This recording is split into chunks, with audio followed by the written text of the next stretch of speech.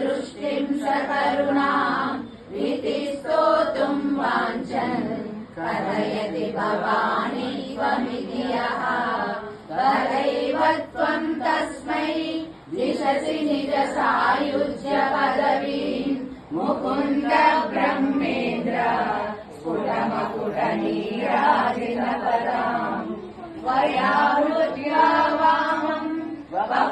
वपुरपरिवृत्तेन Mansa शरीरार्धम् Shambho